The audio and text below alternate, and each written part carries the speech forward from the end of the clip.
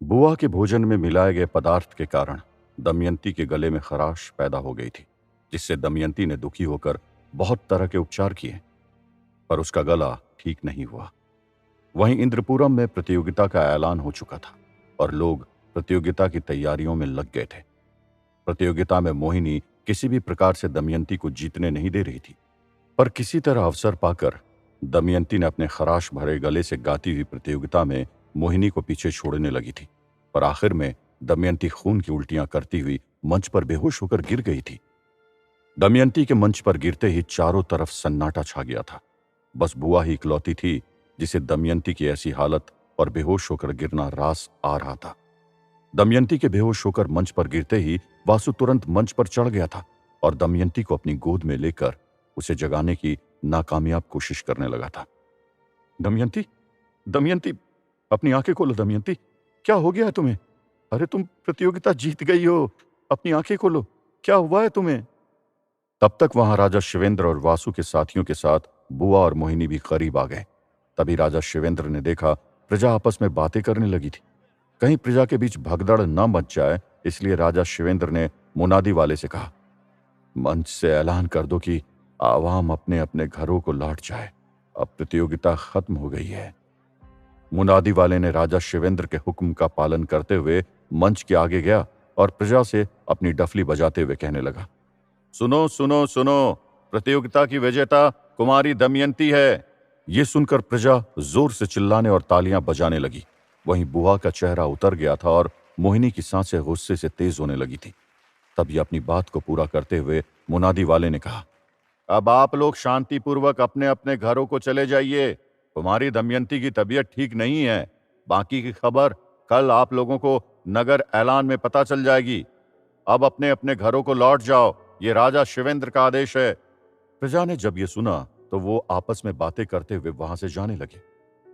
अरे अच्छा कार्यक्रम था, कितना मजा आ रहा था, काश ऐसे कार्यक्रम हमेशा होते रहते तो कितना मजा आए। अरे उन दोनों की प्रतिभा का कोई तोड़ नहीं था। पर वो कुमारी दमयंती को क्या हो गया था? वो गिरकर बेहोश क्यों हो गई? और फिर वो खून की उल्टियां? अरे गाने की अपनी एक सीमा होती है और कुमारी दमयंती ने उस सीमा को पार कर दिया था, इसलिए चक्कर खाकर गिर गई और मुंह से खून निकल आया। अब चलो, आगे की बात कल मुनादी वाला बता देगा, अब यहां रुकना ठीक नहीं है। लोग बातें करते हुए अपने अपने घरों की तरफ चल दिए थे। इधर दमयंती को घेरे कुछ खास लोग खड़े थे। तभी राजा शिवेंद्र ने पास आकर कहा, अरे ऐसे दमयंती को घेर कर खड़े रहोगे तो उसका दम घुटने लगेगा। थोड़ी सांस लेने के लिए जगह तो छोड़ो। चलो आप लोग दूर दूर हो जाओ। राजा शिवेंद्र की बात सुनकर लोग घेरा तोड़ तितर बितर हो गए। जहां अभी भी वासु दमयंती को अपनी गोद में उठाए हुए था, तभी पानी लाने की देरी हो जाने पर वासु चिल्लाते हुए बोला, अरे अब तक पानी क्यों नहीं लाया गया? जल्दी पानी लाया जाए। वासु की बात सुनकर धर्मसेन ही पानी लेकर मंच के पास आया और कहने लगा, वासु, ये रहा पानी। वासु तुरंत अपनी हथेली में पानी लेकर दमयंती के चेहरे पर छींटे मारने लगा, पर दमयंती आंख ही नहीं खोल रही थी और मुंह से खून अभी भी निकल रहा था। वासु ने पानी से दमयंती के चेहरे से निकलते खून को साफ किया, जिसे देख मोहिनी की गर्म होती सांसें अब और भी तेज हो गई और आंखें गुस्से से लाल। मोहिनी वासु को दमयंती के इतने करीब बर्दाश्त नहीं कर पा रही थी। फिर वापस से वासु ने दमयंती के चेहरे पर पानी के छींटे मारे तो दमयंती की आंखों में थोड़ी हलचल हुई, जिसे देख राजा शिवेंद्र की सांस में सांस आई और बुआ के सीने में मानो खंजर चुभ गया। वासु ने जैसे ही दमयंती के अंदर हलचल देखी तो वासु कहने लगा, दमयंती, दमयंती, आंखें खोलो ना, क्या हुआ था? तुम गिर कैसे गई? तब तक मंच पर चढ़ते हुए राजवैद भी आ गए थे, जिसे देख राजा शिवेंद्र बोल पड़े, अरे वासु, अब तुम हट जाओ, वैद जी आ गए हैं, उपचार कर देंगे। राजा शिवेंद्र की बात सुन वासु बोला, पिताजी, लेकिन मुझे दमयंती की बहुत फिक्र हो रही है। वैद जी देखिए, आखिर क्या हुआ है दमयंती को? तभी राजवैद दमयंती के करीब पहुंच गए। पहले उन्होंने दमयंती की नब्ज देखी, फिर उसका मुंह खोलकर देखा, फिर उसकी आंखें खोलकर देखी। उसके बाद राजवैद वासु से बोले, राजकुमार वासु, दमयंती को इनके शयन कक्ष में पहुंचाने की व्यवस्था करिए। यहां यह फर्श इनकी तबीयत के हिसाब से ठीक नहीं है, बाकी का उपचार मैं वहीं कर दूंगा। बीमारी समझ आ गई है, जरा जल्दी हो जाए तो अच्छा रहेगा। तभी राजा शिवेंद्र धर्मसेन से बोले, धर्मसेन, दमयंती को शयन कक्ष तक तुरंत पहुंचाओ। पर राजा शिवेंद्र की बात काटते हुए वासु ने कहा, पिताजी, मैं खुद ही दमयंती को शयन कक्ष तक ले जाता हूं। इतना कहकर वासु दमयंती को अपनी गोद में उठाकर शयन कक्ष की तरफ बढ़ गया। दमयंती को गोद में उठाए वासु को जब मोहिनी ने देखा तो उसका मन ईर्ष्या से भर गया था। वो आंखें फाड़ फाड़ कर दमयंती को देख रही थी। तभी मोहिनी के बगल में चंद्रा आया और मोहिनी के ऊपर नजरों से बाण चलाता हुआ वासु और दमयंती की तरफ इशारा करने लगा, जिसे देख मोहिनी अपना पैर पटकते हुए वहां से चली गई और बुआ वहीं खड़ी खड़ी सोचने लगी, ये क्या हो गया? कहाँ तो मुझे लगा था वासु आज के बाद दमयंती को फूटी आंख ना देखेगा, और कहाँ तो उसे गोद में उठाए घूम रहा है। तभी बुआ भी बाकी लोगों के साथ ही साथ वासु के पीछे पीछे जाने लगी। वासु ने दमयंती को उसके शयन कक्ष में उसके बिस्तर पर लिटा दिया और वैद्य वहीं बैठे हुए जड़ी बूटियां तैयार करने लगे और उपचार करने लगे। वैद्य ने वासु को बताया कि ऐसा कुछ तो दमयंती ने खाया था जो किसी धीमे जहर से कम नहीं था। वैद्य की बात सुनकर बुआ के पसीने छूटने लगे और वो मन ही मन सोचने लगी, कहीं दमयंती को मेरे ऊपर शक न हो जाए कि मेरे दिए खाने के बाद उसका ये हाल हुआ है। बुआ इसी सोच में डूबी थी, लेकिन दमयंती के मन में इस वक्त बुआ का कोई ख्याल ही नहीं आया। पूरे उपचार के दौरान वासु दमयंती के ही आसपास रहा। उसकी देखभाल का जिम्मा वासु ने ही उठा लिया था। कुछ देर बाद मोहिनी और बुआ एकांत में मिली और मोहिनी ने बुआ से कहा, आपने दमयंती को भोजन में धीमा जहर देने की योजना तो अच्छी बनाई थी, लेकिन फिर भी हम सफल नहीं हो पाए और प्रतियोगिता में जीत भी दमयंती की हुई है। तुम ठीक कह रही हो मोहिनी, इस दमयंती को रास्ते से हटाने के लिए कुछ और उपाय करना होगा, बुआ ने मोहिनी को दिलासा देते हुए कहा। कुछ दिनों तक लगातार दमयंती का इलाज ऐसे ही चलता रहा। अब वासु का ज्यादातर समय दमयंती की देखभाल में गुजरने लगा और वो ज्यादा से ज्यादा दमयंती पर ध्यान देने लगा था। इधर ये सब देख मोहिनी को वासु पर अपनी पकड़ कमजोर दिखने लगी थी। वो इसी सोच में डूबी महल के गलियारों में टहल रही थी। तभी वहां बुआ आई और पीछे से उसके कंधे पर हाथ रख दिया, जिससे मोहिनी डर गई। तब बुआ ने कहना शुरू किया, मोहिनी, अब पतंग हाथ से छूट रही है तेरे, धागा कस के पकड़, नहीं तो कट जाएगी। फिर तेरा वो काम जिसके लिए तू यहां रुकी है ना, धरा का धरा रह जाएगा। मोहिनी को बुआ की बात जच गई थी। उसने कहा, बुआ जी, अब आप मेरा असली रूप देखेंगी। अभी तक तो मैंने अपने मुंह का एक भी बाण नहीं छोड़ा था वासु पर, लेकिन अब छोड़ूंगी। और ये कहती हुई मोहिनी वहां से चली गई। रात के समय खाने की मेज पर सब लोग जब इकट्ठा हुए थे, जहां वासु, राजा शिवेंद्र, अभिनव, वैभव, धर्मसेन, चंद्रा, दमयंती, मोहिनी और बुआ के साथ अन्य लोग भी थे, तभी राजा शिवेंद्र ने कहा, आज मैं बहुत सोच समझकर इस नतीजे पर पहुंच गया हूं कि अब वासु इंद्रपुरम का राजपाट संभालने के योग्य हो गया है। मैं वासु को राजा बनाने के लिए तैयार हूं। राजा शिवेंद्र की बात सुनकर सब लोग खुश हो गए थे और उनके निर्णय का समर्थन कर रहे थे। वहीं वासु किसी सोच में डूब गया था। जब राजा शिवेंद्र ने उसका कारण पूछा तो वासु ने बताया, पिताजी, मुझे लगता है इंद्रपुरम की गद्दी चंद्रा भैया संभाले तो अच्छा होगा। वो बड़े हैं और योग्य भी हैं, उनके समर्थन में मैं हूं। तब राजा शिवेंद्र बोले, मुझे मालूम था तुम इसके लिए तैयार नहीं होगे, पर मैंने अपना फैसला सुना दिया है और ये अंतिम निर्णय है मेरा, और ज्यादातर लोग इसके पक्ष में हैं। इस पर असहमत होते हुए वासु कुछ कहना चाह रहा था कि राजा शिवेंद्र ने वासु को बीच में ही रोक दिया। पर पिताजी, यही अंतिम और आखिरी फैसला है वासु। राजा शिवेंद्र की इस आखिरी बात के बाद उनकी बात को कोई नहीं काट सका। बस उनकी बात का समर्थन करते हुए चंद्रा ने जवाब दिया, मुझे लगता है पिताजी ने सही फैसला लिया वासु। जिस तरह से तुम प्रजा के बीच जाकर उनकी समस्या को हल कर देते हो और समस्या सुलझा देते हो, इस तरह का गुण मुझ में नहीं है, इसलिए तुम्हें राजा बनना चाहिए। चंद्रा की बात सुनकर राजा शिवेंद्र खुश हुए और उन्होंने कहा, अब तो चंद्रा भी तुम्हारे समर्थन में है, अब तो तुम्हें कोई ऐतराज नहीं होना चाहिए वासु। इस पर वासु ने अपना सर नीचे कर कहा, ठीक है, जब आप बड़े लोगों ने यही फैसला लिया है तो मैं तैयार हूं। वासु के तैयार होते ही मोहिनी अंदर ही अंदर खुश हो गई और दमयंती भी खुश हो गई। इस पर राजा शिवेंद्र ने कहा, तो आज की ये शानदार दावत वासु को राजा बनाने की घोषणा के नाम इसके बाद सारे लोग भोजन करने लगे। अगले दिन से जब देखो तब मोहिनी वासु के इर्द गिर्द मंडराने लगी थी। मोहिनी चाहती थी वासु का जो समय दमयंती की देखभाल में गया सो गया, अब वो सिर्फ और सिर्फ उसका होकर रहे। इसलिए वासु जहां कहीं भी जाता उसके पास मोहिनी जरूर होती। ऐसे में ही एक रात जब वासु दमयंती की तबीयत का हाल लेकर अपने शयन कक्ष की तरफ जा रहा था, तभी पीछे से आकर मोहिनी ने वासु की आंखों पर अपना हाथ रख उसकी आंखें बंद कर दी, जिस पर वासु कहने लगा, कौन कौन है? वासु की ये पूछते ही किसी मोटी मर्द की आवाज में मोहिनी बोलने लगी कि वो पहचाने कौन है। तो वासु बोला, धर्मसेन। नहीं, वैभव। फिर भी कोई जवाब नहीं मिला और मोहिनी उसी दूसरी आवाज में मना करती रही। फिर वासु ने कहा, अरे कौन है भाई, मैं पहचान नहीं पा रहा हूं। तब हंसती हुई मोहिनी ने कहा, मैं हूं राजा वासु, तुम्हारी मोहिनी। और ये कहते हुए मोहिनी ने वासु की आंख से अपना हाथ हटा लिया। इस पर वासु ने कहा, ये तुम थी मोहिनी? मैं सच में नहीं पहचान पाया, और तुम्हारी वो बनावटी आवाज, कमाल है, तुम सच कमाल की कलाकार हो मोहिनी। जब वासु अपनी बात खत्म कर चुका था तो उसने देखा मोहिनी उसे एकटक बस देखे ही जा रही थी और उसकी आंखों में एक सम्मोहन सा था, जिसको देख वासु भी उसमें खो गया। फिर वासु ने कहा, तुम यहां क्यों खड़ी हो? अंदर चलो मेरे शयन कक्ष में, मुझे भी तुम्हें कुछ बताना है। यह कहता हुआ वासु मोहिनी का हाथ पकड़े अपने शयन कक्ष में मोहिनी को ले गया और अपने बिस्तर पर बिठा दिया, जहां अब भी मोहिनी कुछ बोल नहीं रही थी, बस एकटक वासु को देखे जा रही थी। अब वासु को मोहिनी को ऐसा करता देख कुछ होने लगा था।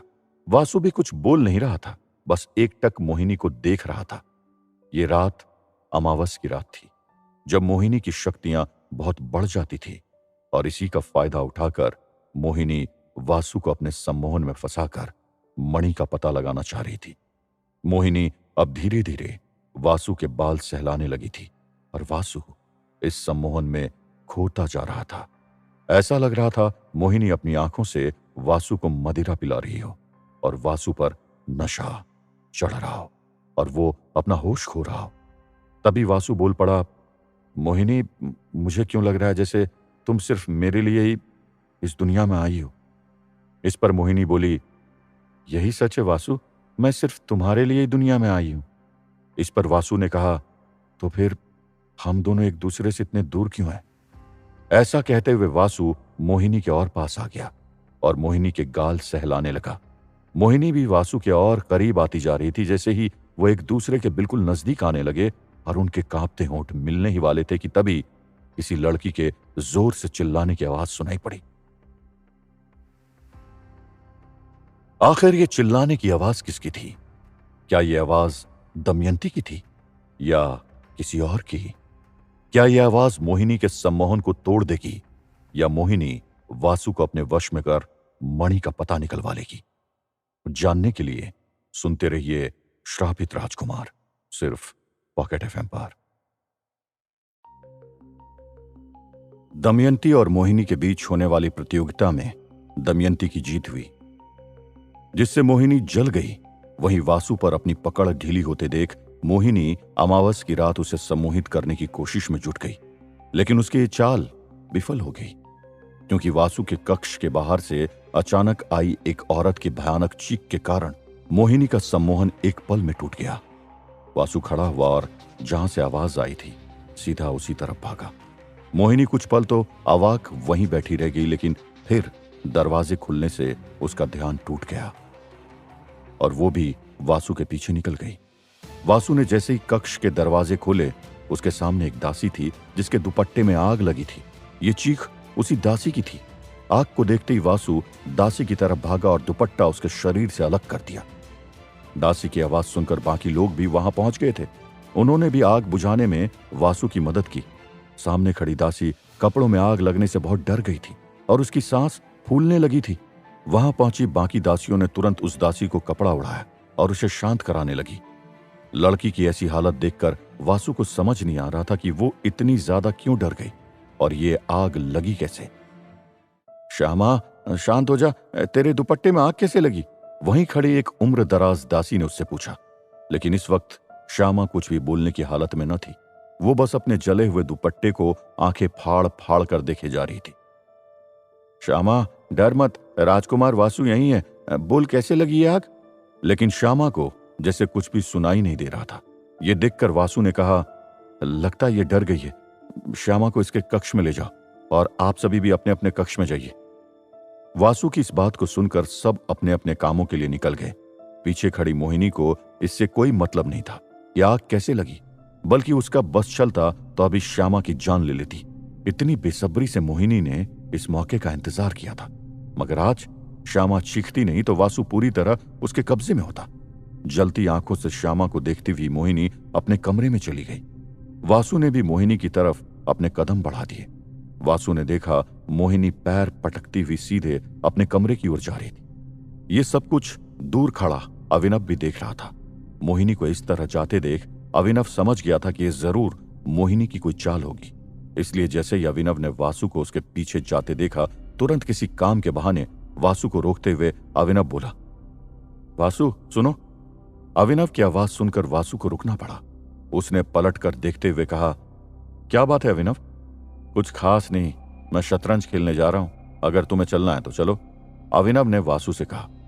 नहीं अभिनव, अभी मेरा मन नहीं है, तुम जाओ, वासु ने अभिनव को जवाब देते हुए कहा। अभिनव से इतना कहकर वासु झट से पलटा, लेकिन तब तक मोहिनी जा चुकी थी। अभिनव ने अभी तो अपना काम कर दिया था और मोहिनी के चले जाने से अभिनव मन ही मन खुश भी हो गया था। सम्मोहन की शक्ति इस्तेमाल करने में मोहिनी ने अपनी काफी ताकत लगा दी थी, इसलिए उसके शरीर में कमजोरी आ गई थी। वो अगले दिन अपने कमरे में ही थी और बिस्तर पर लेटी आराम कर रही थी। तभी वहां वासु पहुंच गया। मोहिनी को इस तरह बिस्तर में लेटे देख वासु तेज कदमों से उसके पास आता हुआ बोला, मोहिनी क्या हुआ तुम्हें, इस तरह क्यों लेटी हो? मैं तुम्हें कब से ढूंढ रहा था। मोहिनी ने वासु को अपनी तरफ आते देखा तो उठकर बैठ गई और बोली, कुछ नहीं, बस आज मन ठीक नहीं है, इसलिए बाहर निकलने का मन नहीं हो रहा। लेकिन हुआ क्या? कल रात तो तुम अच्छी भली थी, क्या मुझसे गुस्सा हो? अगर ऐसा है तो मुझे बताओ मोहिनी। वासु के स्वर कुछ बदले थे। मोहिनी ने शुरू में तो इस बात पर गौर नहीं किया था, लेकिन जब उसने वासु की आंखों में देखा तो वो तुरंत समझ गई कि माजरा क्या था। असल में कल वासु को सम्मोहित करते वक्त मोहिनी का सम्मोहन टूट जरूर गया था, लेकिन उसका असर वासु पर रह गया था। इसी कारण वासु को मोहिनी की तलब लग रही थी। ये देखकर मोहिनी को कुछ तो राहत मिली। उसने बातें बनाते हुए कहा, मैं तुमसे कैसे गुस्सा हो सकती हूँ भला? दिल के करीब लोगों से गुस्सा होते हैं क्या? वही तो। अच्छा, मैं तुम्हारे लिए दासी से भोजन बनवा देता हूँ। इतना कहकर वासु ने तुरंत दासी को बुलाकर भोजन बनाने को कहा और फिर मोहिनी से बातें करने लगा। मुझे तो लगा कि कल रात की वजह से तुम मुझसे नाराज हो गई। मैं तो तभी तुम्हारे पास आने वाला था, लेकिन अभिनव ने मुझे रोक लिया। एक बार फिर से अभिनव का नाम बीच में आया था। मोहिनी लगातार इस बात को लेकर सचेत होते जा रही थी। कोई बात नहीं है, तुम यहां आ ही गए, यही मेरे लिए बहुत है। ऐसे कैसे कोई बात नहीं? अब जब तक तुम पूरी तरह ठीक नहीं हो जाती, मैं तुम्हारे साथ रहकर तुम्हारा ख्याल रखूंगा। भोजन तैयार है राजकुमार वासु। वासु और मोहिनी बातें कर रहे थे, तभी दासी भोजन लेकर आ गई। वासु ने खुद मोहिनी को अपने हाथ से खिलाना शुरू कर दिया। तभी मोहिनी ने कहा, बस करो वासु, अब मेरा पेट भर चुका है। नहीं नहीं, अभी कहां, खाओगी नहीं तो ताकत कैसे आएगी? चलो इसे पूरा खत्म करो, वासु ने मोहिनी को समझाते हुए कहा। मेरी बात मानो ना वासु, अब नहीं खा सकती, मोहिनी ने नखरे करते हुए कहा। अच्छा, इतना और खा लो, फिर हम बाहर सैर करने चलते हैं। वासु इस तरह मोहिनी की देखभाल कर रहा था जैसे वो उसकी सब कुछ हो। भले ये सम्मोहन का असर था, लेकिन मोहिनी के लिए यह बहुत अच्छा मौका था। फिलहाल मोहिनी को पहले से कम प्रयास करने थे, बाकी सम्मोहन का असर अपना काम कर रहा था। अब तुम तैयार हो जाओ, मैं बाहर तुम्हारा इंतजार कर रहा हूं, वासु ने मोहिनी से कहा। ठीक है, मैं बस अभी आई, मोहिनी ने खुद को संवारते हुए वासु को जवाब दिया। वासु महल के बाहर पहुंचकर मोहिनी का इंतजार करने लगा। मोहिनी तैयार हुई और वो दोनों सैर करने निकल गए। अगर तुम्हें जरा भी थकावट हो तो मुझे बता देना, ठीक है? वासु मोहिनी की तरफ देखकर बोला। अच्छा, अगर मैं बता दूं तो क्या करोगे? मोहिनी ने वासु से मस्ती भरे अंदाज में कहा। तब मैं तुम्हें गोद में उठा लूंगा, वासु ने मोहिनी की तरफ मुस्कुराते हुए कहा। कुछ दूर चलने के बाद वासु ने गौर किया कि यहां तक चलने की वजह से मोहिनी की सांसें तेज हो गई थी। तभी उसे सामने एक पहाड़ दिखा जहां हल्की धूप और बादल थे। मोहिनी, मैंने बोला था ना कि हम सैर करने जाएंगे, वासु अचानक बोला। हाँ, तो हम सैर ही तो कर रहे हैं ना? मोहिनी को वासु की बात समझ नहीं आई, इसलिए उसने पूछा। नहीं, सैर तो अब करेंगे, मेरा हाथ पकड़ो। इतना कहकर वासु ने अपना हाथ मोहिनी के सामने बढ़ा दिया। मोहिनी कुछ पल तो सोच में पड़ गई, फिर उसने अपना हाथ वासु के हाथ में दे दिया। मोहिनी का हाथ जैसे ही वासु के हाथ में आया, उसने मोहिनी को अपने पास खींच लिया और अपनी आंखें बंद करके ध्यान लगाना शुरू कर दिया। आंखें बंद करते ही मोहिनी और वासु हवा में उठने लगे और देखते देखते वो दोनों आसमान में पहुंच गए। वासु के शरीर के नजदीक पहुंचते ही मोहिनी को एहसास हो गया कि वासु के पास इस वक्त मणि थी और वो उसी की मदद से हवा में उड़ रहा था। अरे वासु, कितना ऊपर ले जा रहे हो मुझे, बस करो, देखो हमारे आसपास पक्षी भी उड़ रहे हैं। वासु ने उड़ते हुए सामने की तरफ इशारा किया, जिसे देखकर मोहिनी दंग रह गई। सामने विशाल पहाड़ था, जहां लाखों पौधों ने अपना घर बनाया था। उसके पीछे छुपा हुआ सूरज पहाड़ पर लालिमा बिखेर रहा था। वाह, ये तो किसी सपने जैसा लग रहा है, जिसे मैं खुली आंखों से देख रही हूं। देखो वासु, सामने वो हिरणों का जोड़ा कितना सुंदर लग रहा है ना, बिल्कुल हम दोनों की तरह। मोहिनी ने प्यार की चाशनी में लिपटे शब्द वासु से कहे, जिसे सुनकर वासु के चेहरे पर मुस्कान छा गई। मणि की मदद से वासु मोहिनी को न जाने कितनी देर तक पहाड़ के आसपास घुमाता रहा। आखिर मोहिनी के कहने पर ही वो वापस आया। आज तो कितना मजा आया, मैंने इससे पहले कभी इतना सुंदर नजारा नहीं देखा, मोहिनी ने वासु से कहा। हाँ, सुंदर तो सच में बहुत था, लेकिन तुमसे ज्यादा नहीं मोहिनी, वासु ने मोहिनी के पास आते हुए कहा, जिसे सुन वो शर्मा गई। कुछ देर बातें करने के बाद वासु ने मोहिनी को उसके कमरे में छोड़ दिया। आज बहुत सारा घूम लिया, अब जाकर आराम करो, ठीक भी होना है ना। वासु का मन तो नहीं था कि वो मोहिनी से दूर जाए, लेकिन अभी मोहिनी की तबीयत बिगड़ी हुई थी, इसलिए उसे आराम की जरूरत थी। असल में मोहिनी जो अभी तक नहीं कर पाई थी वो अब हो रहा था, लेकिन वासु को एकदम करीब आने देना भी सही नहीं था, इसलिए मोहिनी भी होशियारी से काम ले रही थी। अगले कुछ दिनों में वासु पर सम्मोहन का असर रहा। हालांकि अब वो थोड़ा बहुत कम होने लगा था, लेकिन इसके बीच में वासु ने इतना कुछ कर दिया था कि वो सबकी नजरों में आ गया था। इसी तरह एक दिन वो मोहिनी को साथ लेकर नदी के किनारे गया। अभिनव भी उसके साथ था और मोहिनी के पास अच्छा मौका था कि वो अभिनव को यह दिखा सके कि वासु पर उसकी कितनी ज्यादा पकड़ हो चुकी थी। वासु, मैंने सुना है कि इस नदी में लिलिया नामक रत्न पाया जाता है, मुझे उसकी बहुत दिनों से तलाश है, अगर बाजार में मिलता है तो जरूर लूंगी।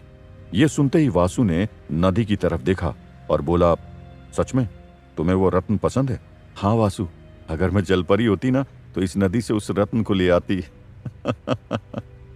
ठीक है, तुम लोग यहीं रुको, मैं भी आता हूं। इतना कहकर वासु ने मणि को छोड़कर अपने सारे आभूषण उतारना शुरू कर दिए। मोहिनी ने वासु को रोकने का नाटक करते हुए कहा, अरे वासु, क्या कर रहे हो तुम? कुछ नहीं, तुम्हारे लिए वो रत्न लेने जा रहा हूं।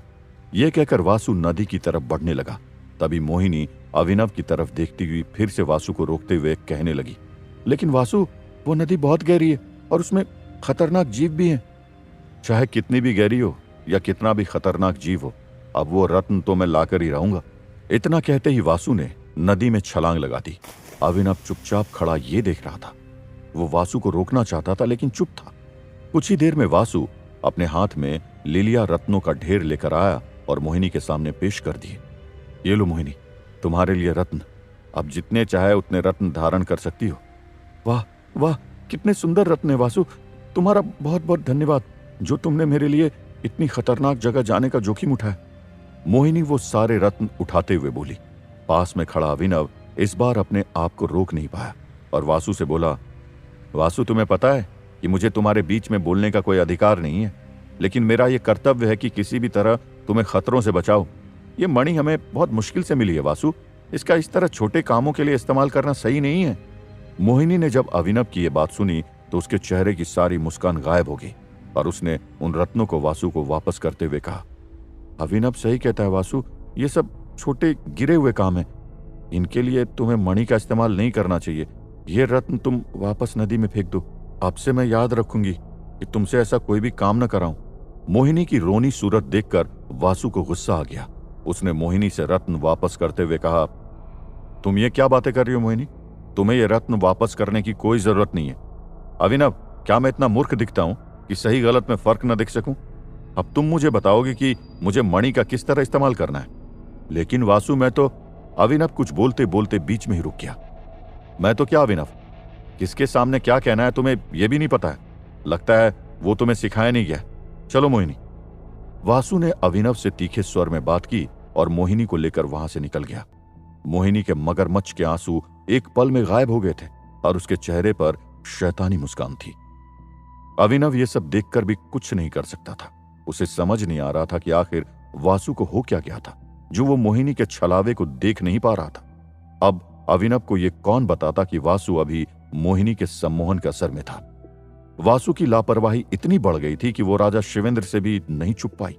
एक पल तो राजा शिवेंद्र को यह तक लगा था कि वासु से मणि कुछ दिन के लिए दूर कर देनी चाहिए, लेकिन यह बात कहने में राजा शिवेंद्र को झिझक महसूस हो रही थी। इस वक्त राजा शिवेंद्र अपने कमरे में अपनी पत्नी रानी भारंगी की तस्वीर के सामने खड़े उससे बातें कर रहे थे।